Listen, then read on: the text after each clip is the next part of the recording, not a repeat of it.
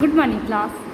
बच्चों, पिछली वीडियो में हमने मेरे संग की औरतों में जो है मृदुला गर्ग जी का मेरे संग की औरतें पाठ पढ़ा था और उसमें हम यहाँ तक जो है पढ़ चुके थे कि लेखिका की नानी, लेखिका की माताजी और लेखिका की परदादी के बारे में हम पढ़ चुके थे कि वह किस प्रकार की महिलाएं थी, किस प्रकार से वो अपने अपने दौर में जो है आज़ादी का महत्व समझती थी, अपने जीवन को उन्होंने किस प्रकार से अपने अपने तरीके से जिया।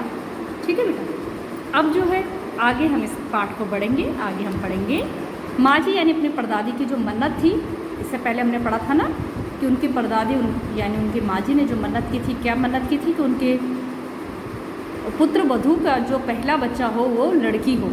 तो अब उसके बारे में आगे बात कर रही है। माँ जी की मन्नत का असर रहा होगा कि मैं ही नहीं, मेरी चारों बहनें भी लड़की होने के नाते किसी हीन भावना का शिकार नहीं हुई।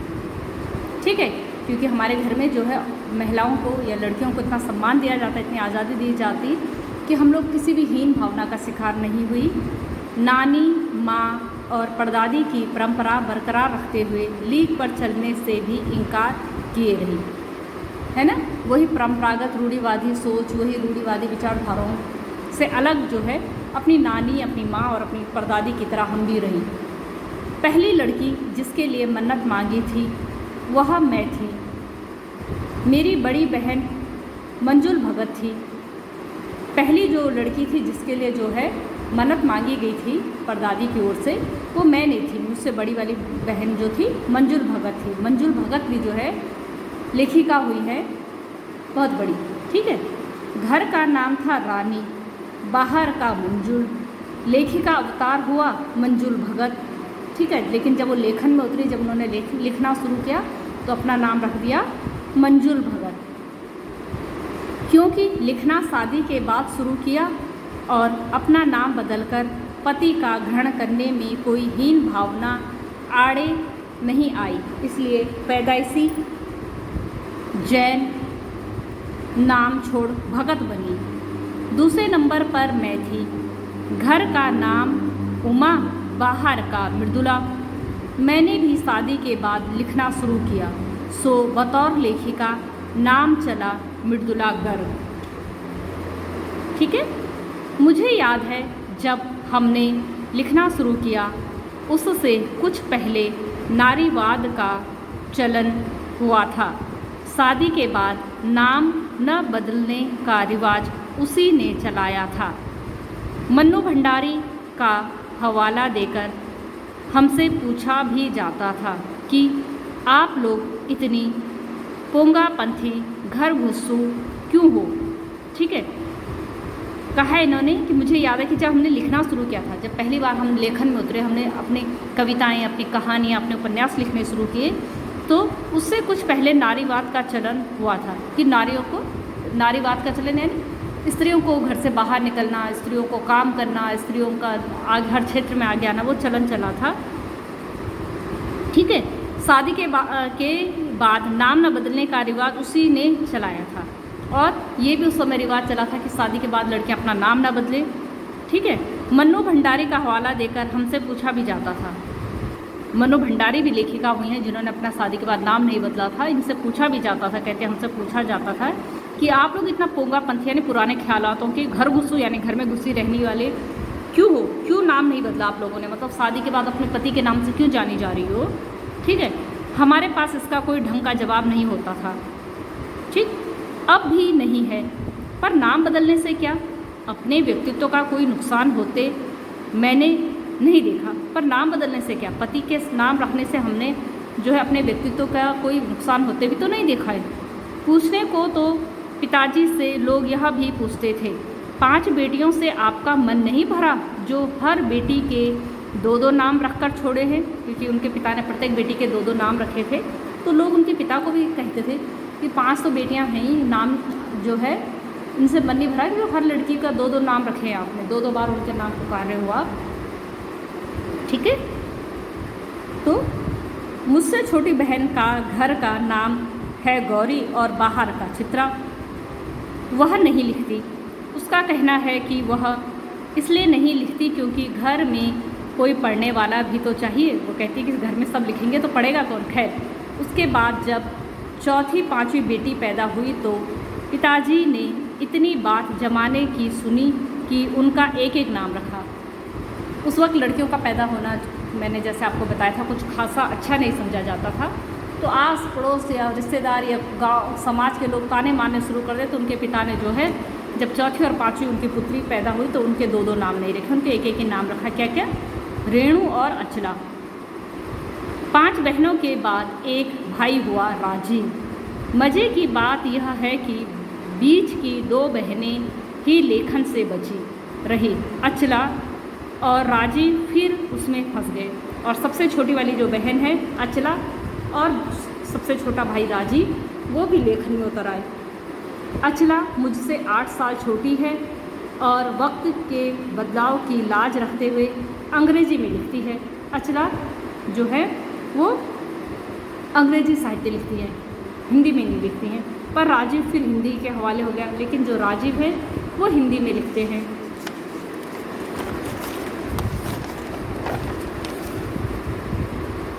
हम 4 लिखते हैं और तमाम ख़ानदान हमें पढ़ता है।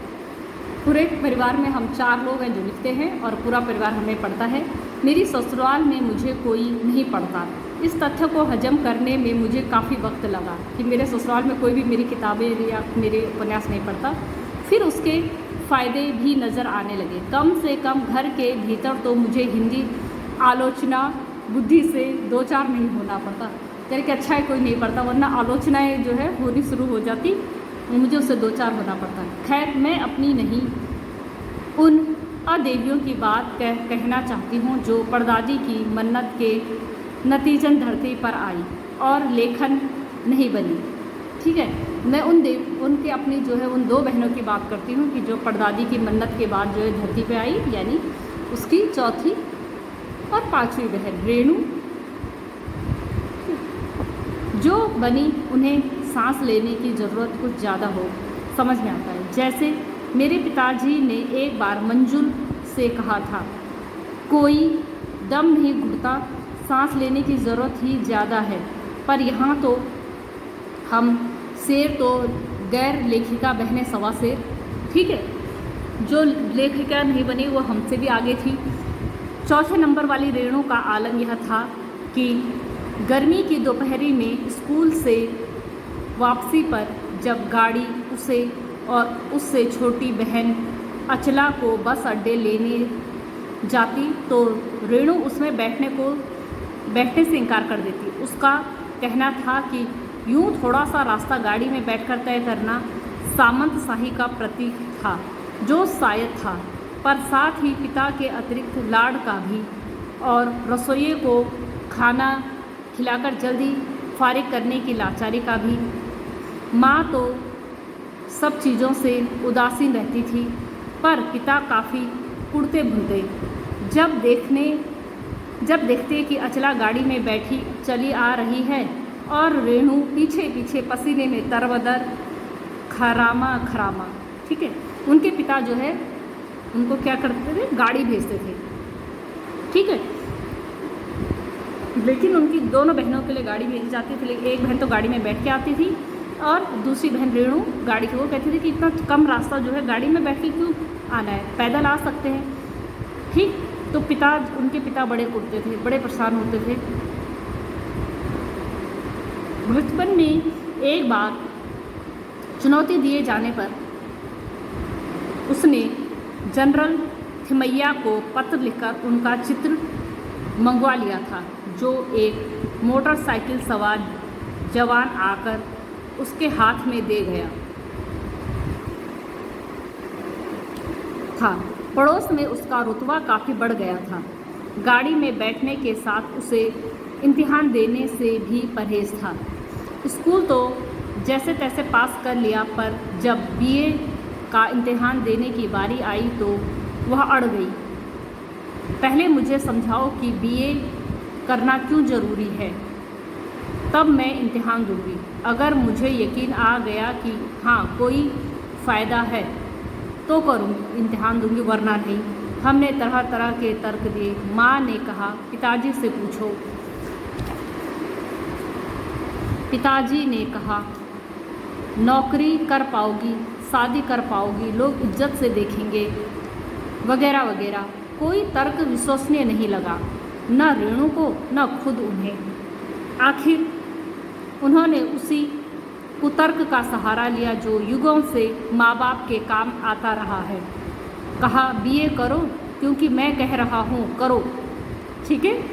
रेणु ने बीए कर तो लिया, पर सिर्फ पिता की खुशी के लिए, यानी पास होने लायक नंबर लाकर।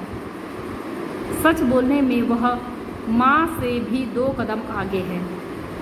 गनीमत यह है कि आधा समय उसके सच सुनकर लोग सोचते हैं वह मजाक कर रही होगी, इसलिए बिना मेहनत वह लोगों को हंसाए रख लेती है। आज भी उसे कोई इत्र भेंट करता है तो वह कहती है, नहीं चाहिए, मैं तो नहाती हूँ। ठीक है। तीसरे नंबर पर चित्रा है। वह कॉलेज पढ़ने तो जाती थी, पर खुद पढ़ने से ज़्यादा दिलचस्पी औरों को पढ़ाने में रखती थी, इसलिए इम्तिहान में उसके अंक कम और उसके शागिर्दों के ज़्यादा आते थे, जिनको वो पढ़ाती थी। शागिर्द यानी जिनको पढ़ाती थी। पर अपने यहाँ सब चलता था। उसकी शादी का वक्त आया तो उसने एक नज़र में लड़का पसंद करके ऐलान कर दिया कि शादी करेगी तो उसी से। मुश्किल यह थी कि हमारे माँ बाप ही नहीं, खुद लड़का भी उसके निर्णय से वाकिफ़ नहीं था। पर उसका कहना था, वह जो सोच लेती है करके रहती है, तो उसकी शादी उसी लड़के से हुई। कोई मुश्किल पेश नहीं आई। आती क्यों? उसने कहा, मैंने पहली मुलाकात में ही उसे बतला दिया था कि मैं जो सोच लेती हूँ होकर रहता है। तो उसने बात आगे खींची ही नहीं, पहली मुलाकात में ही हथियार डाल दिए। हम में सबसे छोटी बहन अचला काफ़ी दिनों तक कुछ कम खिसकी मालूम पड़ती थी। मतलब लीक से हटके चलने वालों में से। पिता का कहा मानकर पहले अर्थशास्त्र किया, फिर पत्रकारिता में दाखिला लिया, ढंग से पढ़ाई की, पास हुई, फिर पिताजी की पसंद से शादी भी कर ली, पर उसके आगे लीक पर नहीं चल पाई। घर बार में मन ज़्यादा रुचा नहीं और मंजुल और मेरी तरह उम्र के 30 बरस पार करते ही लिखने का रोग लग गया, यानी वो भी लेखन में उतर आई। ठीक है, लिखने का कार्य करने लगी। एक बात हमने एक सी रही। घर बार को परंपरागत तरीके से हमने भले न चलाया हो, उसे तोड़ा भी नहीं। शादी एक बार की और उसे कायम रखा, चाहे तलाक की कगार पर खड़ी चली हो, पर कगार तोड़ डूबी नहीं। शायद इसलिए कि जैसा मैंने अपने पहले उपन्यास में लिख डाला था, हम सभी विश्वास करती रही होंगी कि मर्द बदलने से कोई प्रयोजन सिद्ध नहीं होता। घर के भीतर रहते हुए भी अपनी मर्जी से जी लो तो काफ़ी है। शादी के बाद मैं बिहार के ऐसे छोटे कस्बे डालमिया नगर में रही जहाँ मर्द औरतें चाहे पति पत्नी क्यों न हो, पिक्चर देखने भी जाते तो अलग अलग दबड़ों में बैठते। मैं दिल्ली से कॉलेज की नौकरी छोड़कर वहाँ पहुँची थी और नाटकों में अभिनय करने की शौकीन रही थी। मैंने उनके चलन से हार नहीं मानी। साल भर के भीतर उन्हीं शादीशुदा औरतों को पराये मर्दों के साथ नाटक करने के लिए मना लिया। अगले 4 साल तक हमने कई नाटक किए। अकाल राहत कोष के लिए उन्हीं के माध्यम से पैसा भी इकट्ठा किया। वहाँ से निकली तो कर्नाटक के और भी छोटे कस्बे बागलकोट में पहुँच गई। तब तक मेरे 2 बच्चे हो चुके थे जो स्कूल जाने लायक उम्र पर पहुँच रहे थे, पर वहाँ कोई ढंग का स्कूल नहीं था।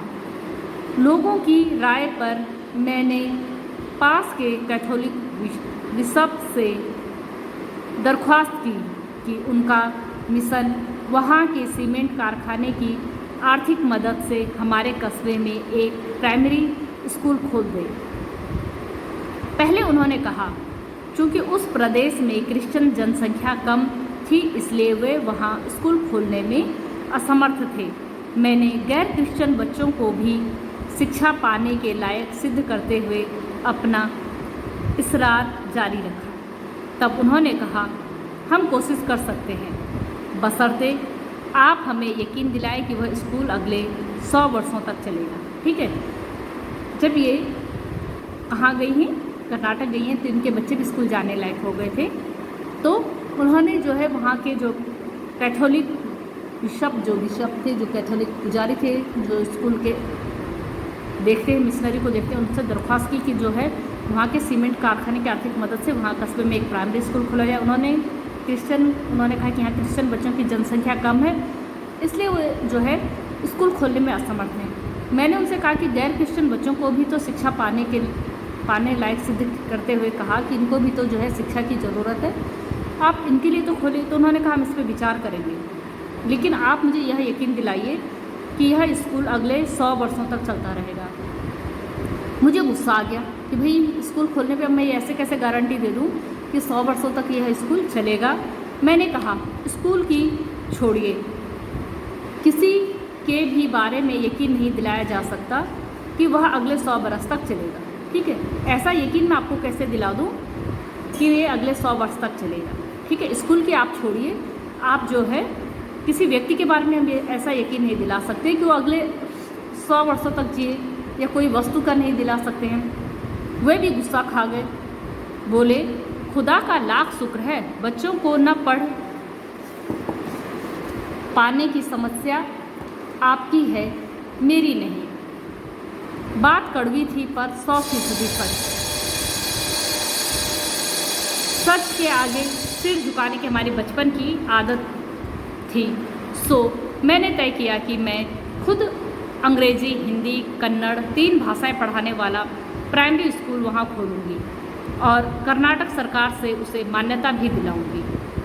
वहाँ के अनेक मेहनती और खिसके लोगों की मदद से यह व्रत, खिसके शब्द उन्होंने बार बार यूज़ किया। खिसके यानी कि जो लीग से हटके, थोड़ा परंपराओं से हटके सोचने में उनका साथ दें, उनको वो यहाँ खिसके लिख रही है। मेरे बच्चे तथा अन्य अफसरों के बच्चे उसी स्कूल में पढ़े। बाद में अलग अलग शहरों के अलग अलग ख्यात स्कूलों में दाखिला भी पा गए। ऐसे अनेक मौके आए जब मैंने अपने जिद्दीपन के नमूने पेश किए, पर सबसे ज़्यादा उसने मंच पाया मेरे लेखन में, जो शुरू से अब तक लीग से खिसका अपनी राह खुद तलाशता रहा है। ठीक है, लीग से खिसका मतलब जैसे सब लोग करते आए उससे अलग, पर सब कुछ कर लेने पर भी मैं अपनी छोटी बहन रेणु के मुकाबिल नहीं पहुंच सकी। कैसे? रेणु ने क्या किया? 1950 के अंतिम दौर में एक रात दिल्ली में एक साथ 9 इंच बारिश हो गई। दिल्ली की खासियत यह रही है कि थोड़ा पानी बरसते ही वहाँ के नाले परगनों में बाढ़ आ जाती है, पुलों के नीचे पानी भर जाता है और तमाम यातायात ठप हो जाता है। इसी कयामती बारिश के बाद तो सरकारी दफ्तर के पहले तल्लों से फाइलें पानी में तैर आई थी। अगली सुबह किसी तरह का कोई वाहन सड़क पर नहीं निकला था। जाहिर है कि रेणु के स्कूल की बस भी उसे लेने नहीं आई। रेणु ने कहा कोई बात नहीं, मैं पैदल चली जाऊंगी।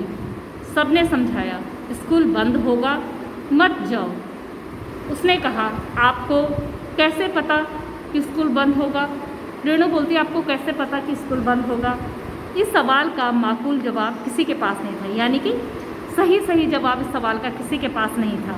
हमारे यहाँ फ़ोन ज़रूर लगा हुआ था, स्कूल में भी रहा होगा, पर बारिश के चलते वह ठप पड़ा हुआ था। लेकिन इतनी बारिश में जो है फ़ोन ख़राब था और स्कूल से कौन फ़ोन करके बताता। तो रेणु अकेली पैदल स्कूल चल दी। गनीमत यह थी कि बारिश एक मुश्त बरस लेने के बाद थम गई थी। एक मुश्त बरस लेने के बाद मतलब लगातार बहुत तेज़ बरसने के बाद अब बारिश थम गई थी।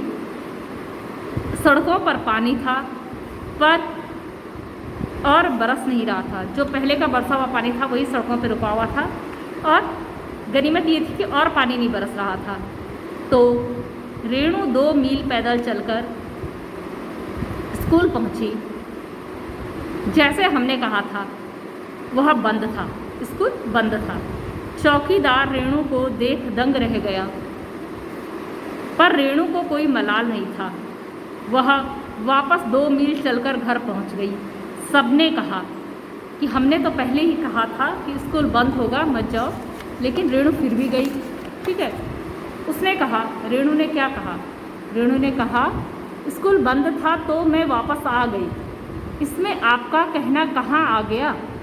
ठीक है, आपको कहीं भी बात कहाँ आ गई? स्कूल बंद था इसलिए मैं आई। सोचती हूँ कैसे रोमांच का अनुभव हुआ होगा उसे उस दिन। जगह जगह पानी से लब करते सुनसान शहर में निचाट अकेले, मतलब बिल्कुल अकेले अपनी धुन में मंजिल की तरफ चलते जाना। सच अकेलेपन का मजा ही कुछ और। यहाँ पे उन्होंने कहा अकेलेपन का मजा ही कुछ और है, यानी कि भीड़ में चलना, जैसे सब कर रहे हैं वही करना। ज़रूरी नहीं कि जो सब लोग कर रहे हैं वही सही है। ठीक है, कई बार जो है भीड़ से अलग चलना, जो आपको सही लगता है वह करना भी जरूरी है। ठीक, तो ये पाठ हमारे यहाँ पे समाप्त होता है बेटा। तब तक अपना ध्यान रखेंगे। धन्यवाद।